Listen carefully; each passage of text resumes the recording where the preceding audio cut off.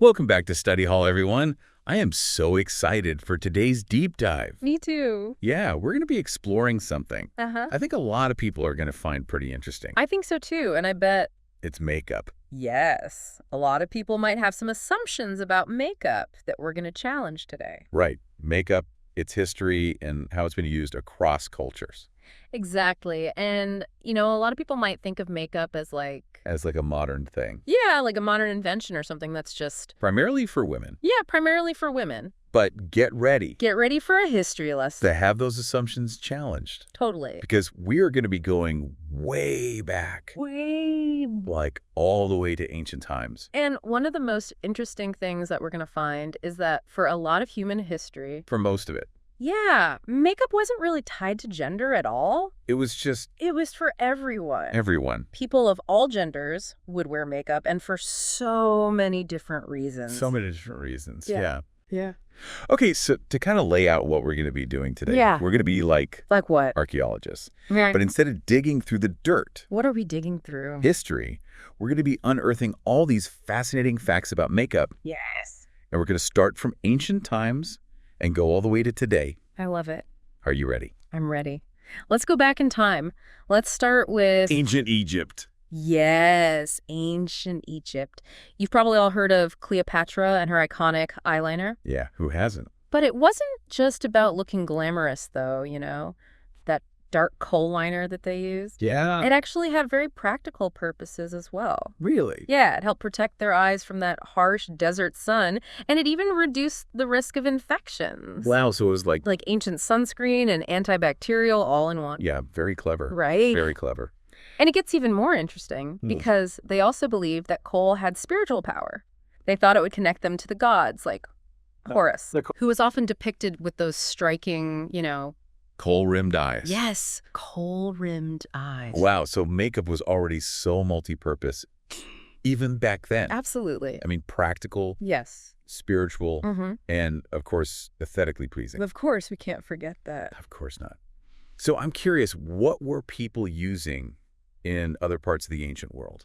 Well, if we travel over to Mesopotamia, we see that they had their own unique beauty practices. Right. Like they were really into crushed gemstones. Ooh, shiny. I know. Like, can you imagine using something as precious as lapis lazuli Wow. to adorn your eyelids? That's next level luxury.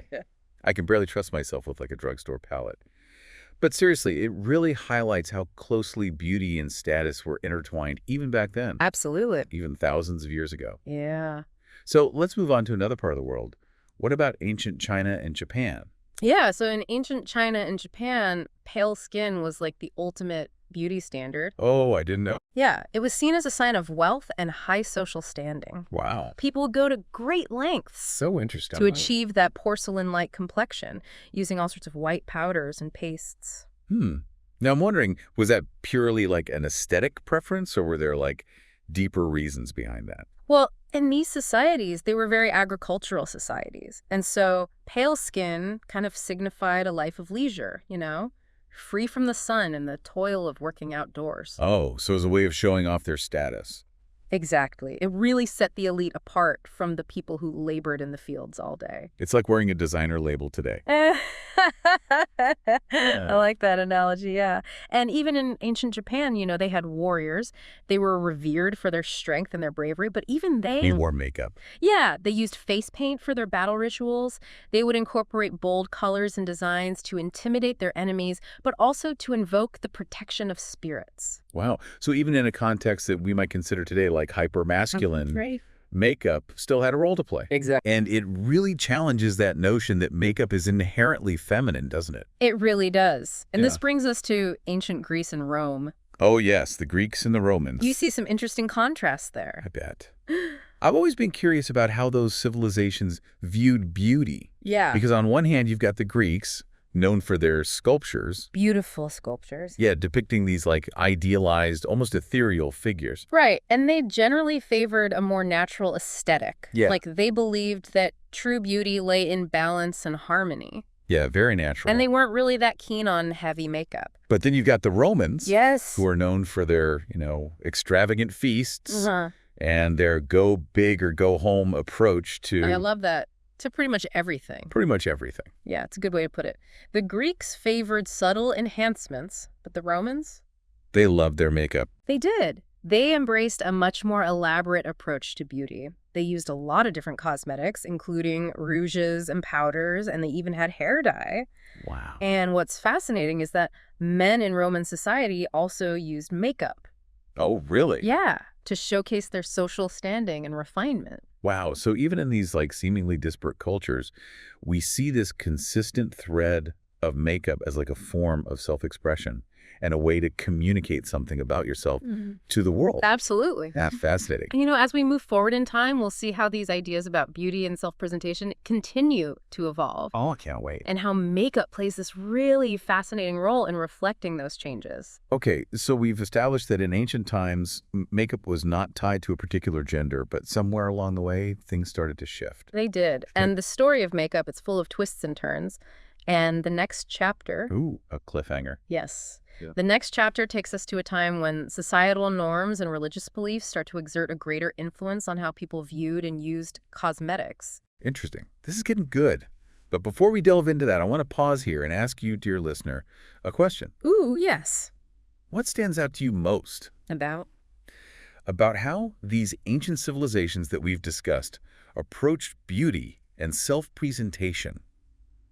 And do you see any parallels to the way we use makeup today? Think about it, and we'll be right back to continue our deep dive into the history of makeup. See you.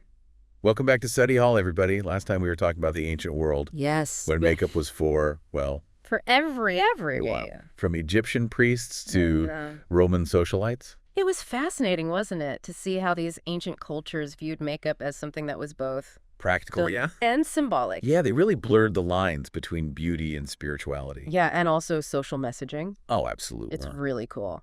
But those ancient empires, sadly, they didn't last forever. They did not. And some new forces came onto the scene. They did. They kind of reshaped the world. Including how people thought about beauty and how they expressed themselves. Absolutely. And as we move into the Middle Ages in Europe, we really see a pretty big shift in attitudes towards makeup. Okay, so now we're in like medieval Europe. Yeah. Think castles, cathedrals. Knights in shining armor. Exactly. Also, The church. yes, the church was a major force at this time. Huge influence. Absolutely. So how do you think that impacted the world of cosmetics? I don't know. What do you think? Okay, well, the church really promoted this idea of like a more restrained approach to, how you adorn yourself. They associated excessive makeup with like vanity, pride, and even deception. Ooh, deception. Yeah, they saw it as like a distraction from, From spiritual pursuits. So it's all about inner beauty rather than yes, inner beauty was really emphasized. outer appearances. Yes, precisely. But were there any, exceptions to this? Did everyone just, completely give up their beauty routines? Yep. I mean, of course not. There are always exceptions, right? Right. And like most things, it's a little bit nuanced. Okay. Because, while everyday people may have toned down their makeup, Yeah. the elite, Oh, of course. especially those in royal courts, Makes sense. they often clung to those, more lavish practices. Speaking of royalty, Yes. Queen Elizabeth I. Oh, the Virgin Queen. She's like one of the first people I think of. Iconic. When I think of that era, Yes. she was known for that really striking appearance, the pale face, the red hair, Right. and all the jewels and the clothing and everything. She really cultivated a very powerful image, and I think makeup played a large role in that. Yeah, she famously used that lead-based white makeup. It was Cyrus. Cyrus. Yeah. To get that super pale complexion. Exactly. Which, if I remember correctly, You do. was incredibly toxic, Yeah. lead poisoning level toxic. It was. Cyrus was known to cause a whole range of health problems, skin damage, hair loss. It could even be fatal. Yeah, there were cases where people, died from using Cyrus. Wow, so people were literally risking their lives They were. to achieve this beauty standard. It's pretty amazing, right? It really is. I mean, it just speaks volumes about how much emphasis they placed on achieving this paleness.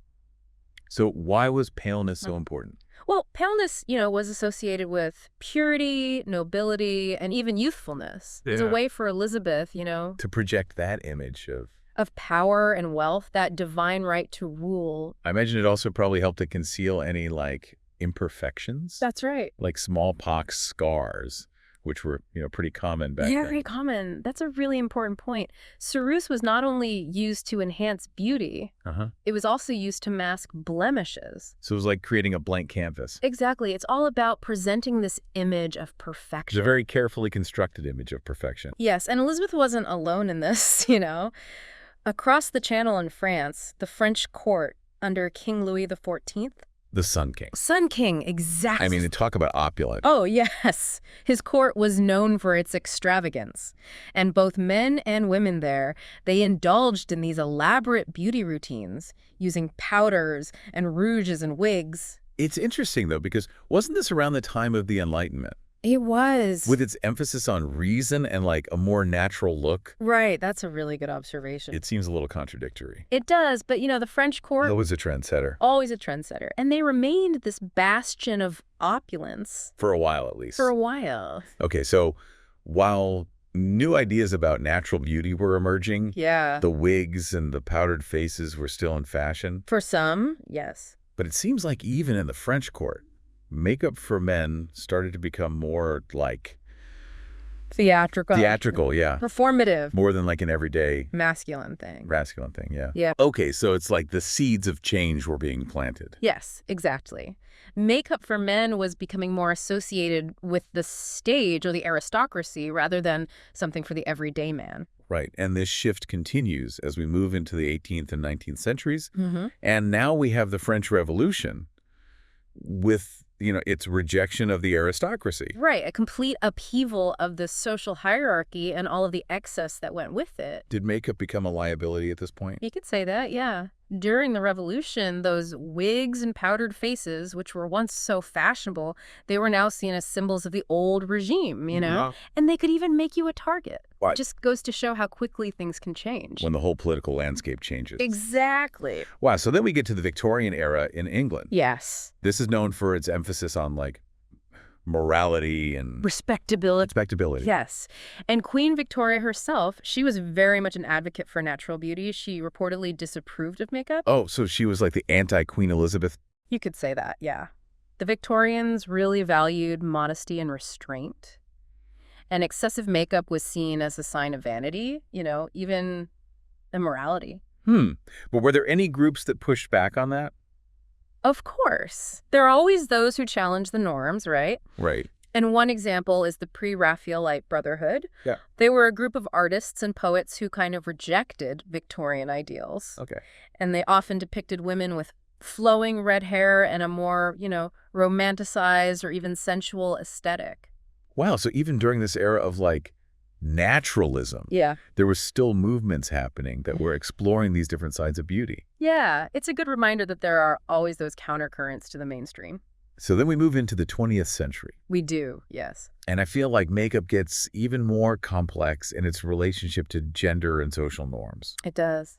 We've got the rise of mass media, Hollywood, and a whole new wave of beauty products that really changed everything. So much to talk about. So much to talk about, but before we get into that, let me ask you, dear listener, a question. As we've gone through all of these different historical periods, Yeah. what has surprised you the most about how attitudes towards makeup have evolved? And what do you think these changes really reveal about the societies in which they occurred? Think about it, and we will be right back to continue our exploration. See you soon. Welcome back to Study Hall. It's been quite a journey so far, hasn't it? It really has. From ancient Egypt, Uh-huh. with that coal liner as like a spiritual shield Yeah. to the French Revolution. Where your makeup could, Could get you in trouble. yeah, big trouble. What a wild ride through the history of makeup. And it really shows how much makeup is tied to, cultural values, societal norms. Yeah, even political upheavals. Absolutely. Now we're stepping into the 20th century where Okay. things really start to Speed up. speed up. Yeah. Yeah. We have Hollywood glamour. Oh, yeah. Makeup is being mass-produced. Yep. And there's just this whole new world of self-expression opening up. Exactly. Where do we even begin? Well, let's start with the Roaring '20s. Okay, the Roaring '20s. Yeah, think flapper girls, Oh, yeah. bobbed hair, short skirts, And makeup. lots of makeup. It became a symbol of, liberation, modernity. And Hollywood was really starting to have a big influence on beauty trends, right? Oh, huge. Suddenly everyone wanted to look like their favorite movie stars. Yeah, like, With those perfectly sculpted eyebrows Yeah. and ruby red lips and smoky eyes. so glamorous. It was. And icons like Clara Bow and Joan Crawford, they really set the standard. I can see it now. Yeah. And makeup became, it was more than just enhancing your features. Yeah, it was like transformative. And embodying a persona. And brands like Max Factor. Max you know, Factor, or Maybelline. Maybelline. They became like household names. Yeah, so makeup was becoming much more It's accessible. accessible. You didn't have to be You didn't have to be rich. Yeah, you didn't have to be wealthy to kind of try out these new trends Right. And that continued. throughout the century. Yeah, pretty much. We see the pinup girls of World War II, Oh, yeah. that more natural look in the 50s. The girl next door. Exactly. And then the 60s with that very dramatic mod look. Oh, yeah. And we can't forget the 70s. The 70s, disco glam. And like bohemian vibe. It was all about individuality, expressing yourself. But I'm curious, did this whole idea of makeup as a woman's thing, Yeah. did that really hold true for the whole 20th century? Or were there any exceptions to that? I mean, as much as mainstream culture was promoting makeup as a feminine thing, Yeah. there were always people who were challenging that. Okay. Like who? Well, think about the counterculture movements of the 60s and 70s. Okay. You had rock stars like David Bowie, Oh, yeah. Jimi Hendrix. They Yeah. really embraced makeup as part of their, Like their whole persona. yeah, androgynous, pushing boundaries. And what about the punk scene? Oh, punk. And goth, too. They were all about using makeup to make these really striking, almost subversive looks. It was about rebellion. Yes. Self-expression, pushing those boundaries. And then as we get into like the late 20th century, early 21st century, Yes. those counterculture influences really start to like, Come into the mainstream. yeah. And then social media happens. No, social media changed everything. Everything. Yeah. Now you've got all these makeup artists. So many of them men. Yeah, men and women, everyone. Yeah. And they have this platform to show off what they can do, share their techniques. Tutorials, Yeah. Challenging all of those old ideas about beauty. With James Charles. James Charles, Jeffree Star. They really normalized the idea that Makeup is for everyone. everyone. And the cosmetic brands, they caught on pretty quickly, right? Oh, yeah. They started putting men in their ads, launching gender-neutral lines. Yeah, it's really cool to see. It is. Because, I mean, we've come a long way from when, And when it was just like, pink and red lipstick. Yeah. And now it's all about finding it works for you. Exactly. Whether you're a man, woman, however you identify, it doesn't matter. Find those shades, the textures, the styles that you love. Yeah, what speaks to you? Exactly. And it's not just about the products either. It's Yeah. about the conversations that we're having around beauty standards. Yeah, it's like challenging those old stereotypes. And redefining what it even means to be beautiful. Makeup can be so many things for people. It can. It could be about self-expression, creativity, Empowerment. empowerment, yeah. So as we wrap up our deep dive into the history of makeup, Yes. what would you say is the key takeaway for our listeners? I think it would be to just appreciate how far makeup has come. From those ancient origins to today, where it's becoming this gender-inclusive thing. It's really amazing. It is. It really shows human creativity, that desire to adorn ourselves, and how our relationship with beauty and self-expression is always changing. Beautifully said. And I hope our listeners feel empowered to use makeup however they want. Full glam. A little lip gloss. Whatever makes you feel confident and comfortable. The most important thing is to feel good in your own skin. And to remember that beauty comes in all shades and genders and expressions. Couldn't have said it better myself. That's it for our deep dive into the history of makeup. It's been fun. It has been. Thank you all so much for joining us on Study Hall. Keep learning, keep exploring, and keep those makeup brushes handy.